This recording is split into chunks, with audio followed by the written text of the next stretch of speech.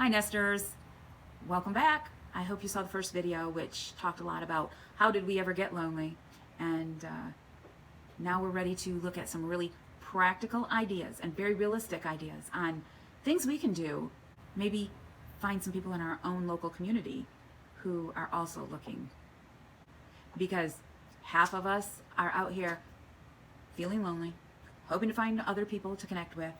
We were made for connection. So thanks for watching. Let's get into the video. Did you ever imagine that at this point in your life that you would feel lonely or feel as if you don't have that many friends, or even feel friendless? Has anybody ever given you some flippant advice on getting out there to find friends? Just get out there, and if you went to church or if you did this or that, you'd find other people. Yeah, me too. This video is going to be about finding real ways of maybe finding others of the almost half of us in the world who are looking for friends. Half of us are looking for other people to connect to. So this is going to give some practical ways that maybe we'll even feel part of a group, maybe find a few friends, and maybe even to find a new purpose. So let's get started.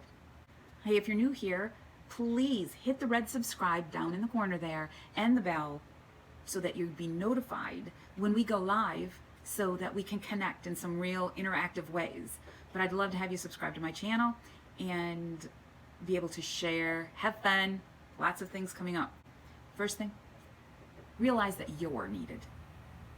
There's nearly half of us out here looking to make connections and make friends, or just have people who care about us. So there are people out there literally needing your attention and you in their lives. So it's not just about what you need, it's about what they need too. You're needed, and you are enough. You were made for relationships. We were all made to fellowship and to be in relationship with other people. You are exactly what other people need. By isolating yourself, other people suffer and their loneliness continues. But of course you suffer. And none of us want to see that. God made you. You were created for a relationship. You are enough. You're of great value. You're of great worth. Have realistic expectations. This is going to be a process. We didn't get this lonely all of a sudden. Maybe something happened suddenly, but we've been here for a bit. So let's give ourselves some grace and actually enjoy the process of what's ahead and discovering other people who are out there and would like to meet us as well. Give others the benefit of the doubt. Imagine the other person with their own hidden fears. They have secret pains and tender-hearted feelings. So it might not be about you at all. When somebody seems cold or they seem a little more distant, it's not about you. They're going through stuff just like you are. We easily misinterpret other people's behaviors, and they misinterpret ours. What type of behavior are you manifesting? Are you maybe acting a little colder? Are you being distant? Too aggressive even? You know, there are times when it's like, hi old person, I'm old too, I want to be your friend, we'd have a lot in common, and sometimes we can go a little off the cuff, or I see you're doing art here out in public, I do art, I do lots of art, we'd be really good friends, want to sit and have art together, we'll do some art together, how about that? You know, sometimes we're a little aggressive about it, pushy, manipulative. We don't want to be any of those things. Choose to be the person that's not offended. You can choose whether you're offended or not. And in this day and age, we all have something to say about everybody being offended. But be the one who chooses not to be offended. And every fight you run across, you don't have to be part of. I don't have to be part of. I don't have to enter into every discussion that rubs me the wrong way. So just choose to be the one who's going to offer the kindness or to give the benefit of the doubt. Make it your goal to make the effort and to allow time. This is going to be a process. but it can happen. Part 1, make a list. This is where you need to have paper and pencil, paper and pen, whatever. Write on something. I want you to make a list. Put this as your heading, and then you can pause, or you can just come back to this later. But make yourself a list of these things. What do I know? What would I like to know? Where are my passions? What do I enjoy? So you've got kind of these 4 things, and they're all going to be in the same list. So that just gives you an idea of the things to put down. We could have work, fitness. Like with the work, where did you work? What did you do? Did you enjoy it? Are there things you know that might connect with other people? Fitness. What is your level of fitness? Are you sedentary? It's me. I've been sedentary for a long time. And with a chronic illness, I spend lots of time just flat out in bed, not able to do anything. So are you sedentary? Do you like to go walking? Do you like to do gardening? What about movies? What about TV shows? Do you have a favorite TV show? Would you like to go to the movies? Do you have health issues? Do you have a chronic illness? Are you a spoonie? Lots on that coming up. What are your hobbies? Do you like art? Crafts? What's your faith? Would you like to go to church? Would you like to help finding a church? What do you believe in? What books do you read? What sports do you watch? What sports do you play? What sports team are you a fan of? Do you have grandkids? There's lots of people with grandkids. Do you know something about adoption? There's adoption groups. Board games? Do you play board games? Do you play cards? Do you like to cook? What about cake making? Cookie decorating? Technology. Do you enjoy technology? What kind of YouTube videos do you watch? Do you like eating out? Drinking wine? Brewing? Do you like to watch birds? Are you a bird watcher? Just think of all the different types of things and make that list of what you know, what you'd like to know, what are you good at, what are your passions, what you enjoy. Okay, now this is the part where we're going to talk about what are some very real things that you can do in your own community to find others using the list that you've made that we just talked about. Now, before I get into the next part, please don't forget, subscribe, hit that red subscribe button, and also hit the bell shape, because that way when I go live and we have interactive chats, then we can share things together and encourage one another and so on. Okay, so let's go on. Be sure to subscribe though.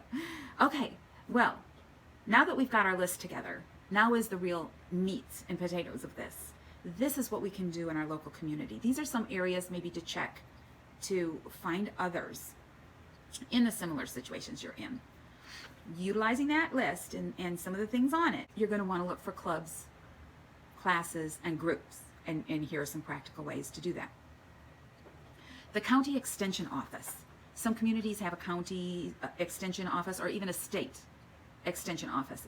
And so you could contact them, look them up online, or contact them and see what kind of meetings or groups or classes they might have.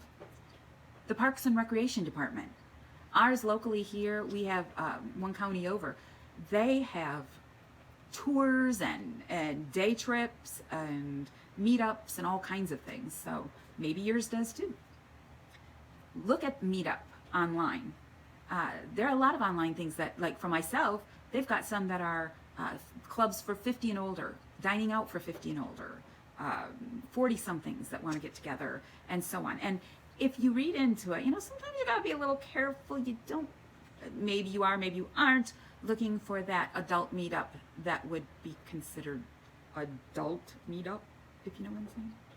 So we want to look for things that, we're looking for friendships and not necessarily partners. Churches. Contact churches in your area. Find out what type of meetups or small groups or Sunday school or all the different things. Volunteering, which at a church, see if they need a volunteer. When I volunteered for the nursery, which I love, especially the little bugs that are just walking and, getting 1 and 2 years old and such. And I served there for a couple of years, met amazing people through that. And, that's just a good way, because that's a whole subject about meeting other people at church, because we have expectations. We just put a lot of expectations on other Christians and other people of faith. And that's kind of ridiculous. It's not like it used to be, where the pastor comes and visits you after your first visit to the church, and they come to your house and knock on the door out of the blue. Thank goodness.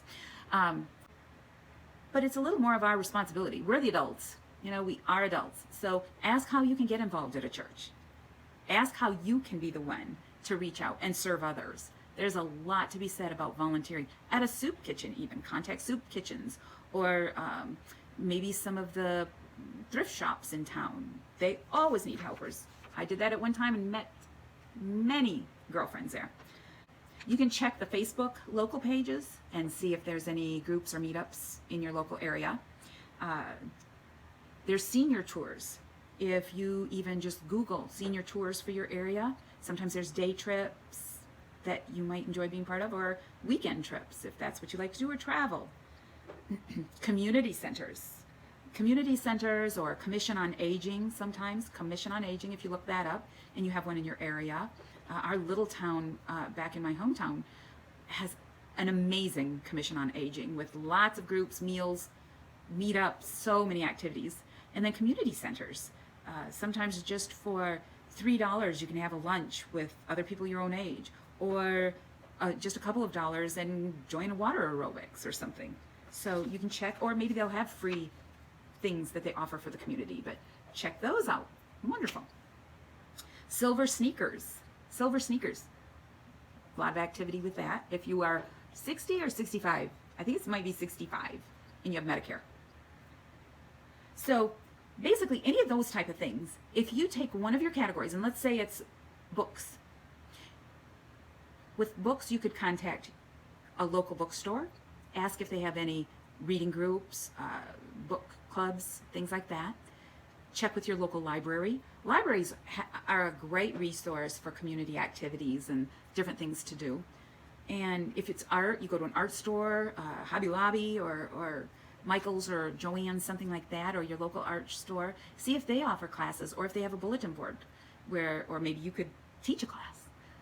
Just all these different ideas. But again, the main one here, why I even began this channel, is for us to be able to have interactive live streaming, where I'll live stream, and if you subscribe down below and hit that bell, you'll be notified. And you can come in and we can interact and discuss all sorts of topics. But you don't have to be alone. Leave a comment below. What are some other ideas, or what did you think of some of these ideas? What was your favorite one? Leave a comment below. I'd love to talk to you about it. So thanks again for coming in and sticking with this. Join the Down Home Nesters community, where we're going to try to do this together. Thanks so much.